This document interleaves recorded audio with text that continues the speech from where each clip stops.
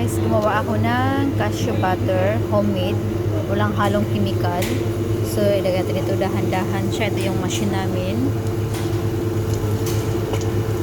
Dahan-dahan lang bigay kasi mag-stop siya eh.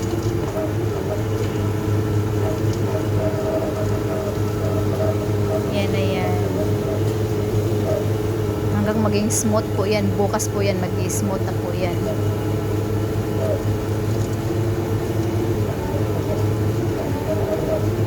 So, kaya healthy yung pagkain namin kasi yung peanut butter namin at saka cashew butter, almond butter, walang halong chemical.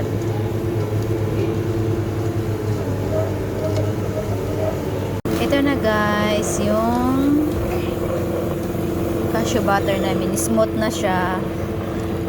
Diba? Smooth na. Mamaya-maya, tanggalin ko na yan. Gagawa ko din ng peanut butter. Hi guys, she's lying. Everything she says is not true. Guys, ito na yung cashew butter na ginawa ko kahapon, di ba? So, smooth na siya, yan. So, maya-maya, tanggalin ko na siya. Gagawa din ako ng peanut butter. Yan. Ayan na siya, di ba? Very smooth na siya, guys, oh. Smooth.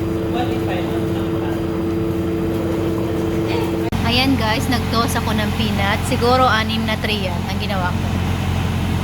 Yan, ganyan siya. Malapit na siyang matapos. Guys, ito naman yung sa peanut. Yung peanut, tinutoast muna namin yan. So, lagay ko dito. I-blender ko siya hanggang maging soap.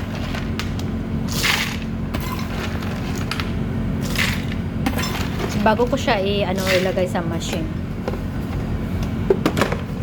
Kailangan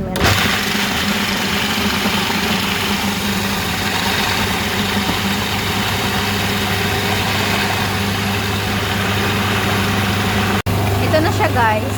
So, ilipat ko siya dun sa machine namin.